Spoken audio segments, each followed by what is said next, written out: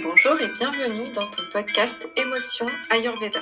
Je suis Fabienne Goulard et dans ce podcast, nous allons aborder le yoga, l'Ayurveda et le business. Bienvenue dans ce nouveau podcast. Quel métier pour un kappa? Kappa ou kapha? Tu pourras entendre les deux. Kappa, c'est plutôt en sanskrit et kapha, c'est plutôt en hindi. Mais les deux se disent. Et donc, quel métier pour un kapha? Spoiler, le calme fait des merveilles. Ah, les kapha.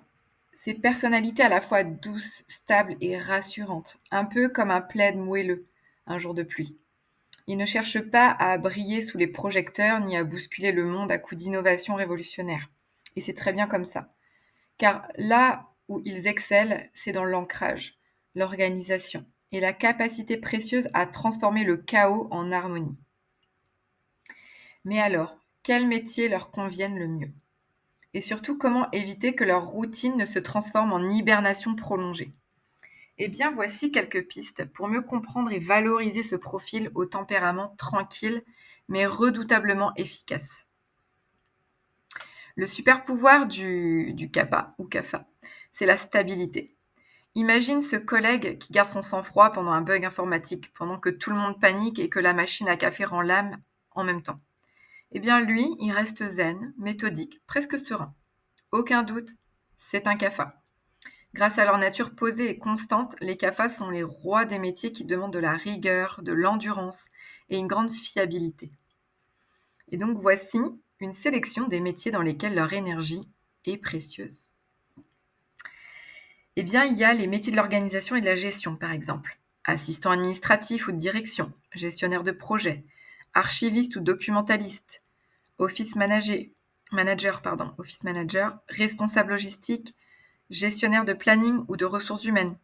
Ces rôles demandent de la patience, de la méthode, de la régularité.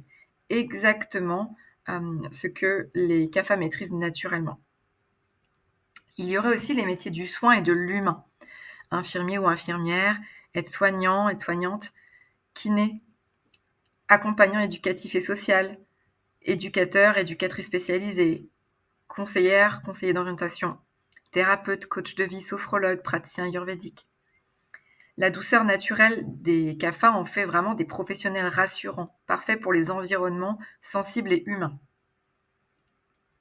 Il y a aussi les métiers de la transmission et du calme. Par exemple, professeur des écoles ou enseignant, bibliothécaire, formateur, formatrice en entreprise, orthophoniste, médiateur, médiatrice. Leur capacité à créer un cadre sécurisant est idéale pour l'enseignement ou l'accompagnement pédagogique. Il y aurait aussi les métiers techniques et de support comme comptable, technicien ou technicienne informatique ou support technique, contrôleur, contrôleuse de gestion, assistante juridique, responsable qualité. Parce qu'ils aiment les choses carrées, les processus bien huilés et gèrent la complexité avec méthode et calme. Cela dit, attention au piège de la routine. Parce qu'il y a un mais. Cette stabilité, elle peut vite virer en fait à l'excès. Et trop de confort peut transformer un kappa en mollusque professionnel. Efficace, certes, mais figé dans un quotidien sans surprise. Le remède, légèrement bousculer ses habitudes. Rien de radical, mais un changement de trajet pour aller au boulot, par exemple, un bureau réaménagé, un nouvel outil à tester. Il suffit parfois d'un rien pour remettre un peu de mouvement dans la machine. Aussi, pour ces profils, bouger, c'est vraiment la vie. La sédentarité, c'est vraiment l'ennemi numéro 1 du kapha. S'ils passent leur journée assis, il devient vital de remettre du mouvement dans leur quotidien. Donc les activités qui leur sont conseillées, ça va être la marche rapide, le yoga dynamique, la danse, le jardinage ou le bricolage, et pourquoi pas un peu de sport en équipe pour réveiller l'instinct de challenge. Même si la compétition les stresse un peu, elle peut leur faire du bien. Elle stimule, elle fait transpirer, elle sort de la zone de confort, et c'est précieux pour l'équilibre du kapha. J'aime bien cette citation de Josiah Gilbert Holland qui dit « Le calme est le berceau de la puissance ». Je trouve que cette citation leur va très bien à ces profils kapha. Gardez l'esprit critique allumé. Kapha aime la clarté, les routines, les cadres nets. Mais attention à ne pas tomber dans la facilité des solutions toutes faites. Ce n'est pas parce qu'un processus est rodé qu'il est bon, ni qu'un choix rapide est forcément le meilleur.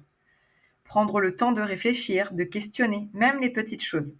Oui, même le dessert du soir, par exemple. Garder son esprit en éveil, c'est aussi une forme de mouvement intérieur. Le bon moment pour chaque chose aussi. Selon l'Ayurveda, chaque moment de la journée est dominé par une énergie. Et devine quoi?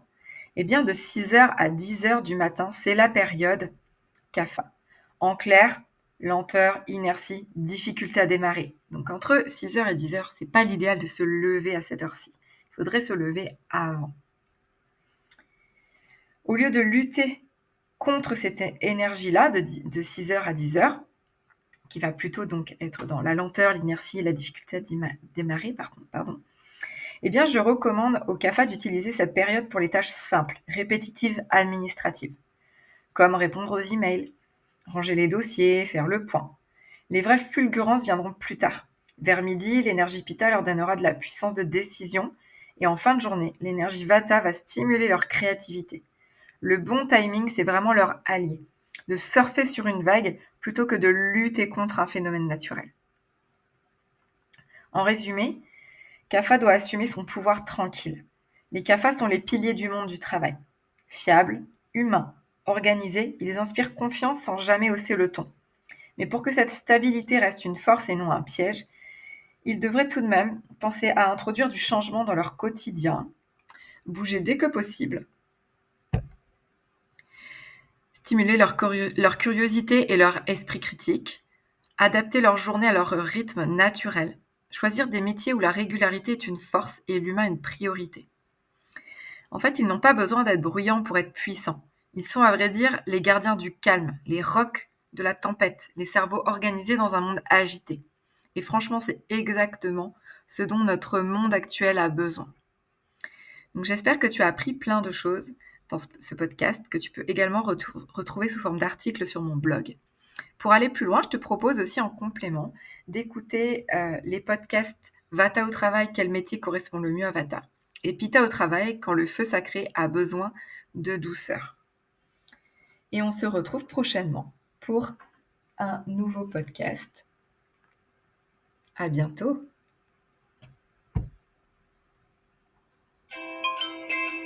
C'était Fabienne Goulard dans ton podcast Émotion Ayurveda. C'en est terminé pour aujourd'hui. On se retrouve bientôt pour un prochain podcast. Namasté.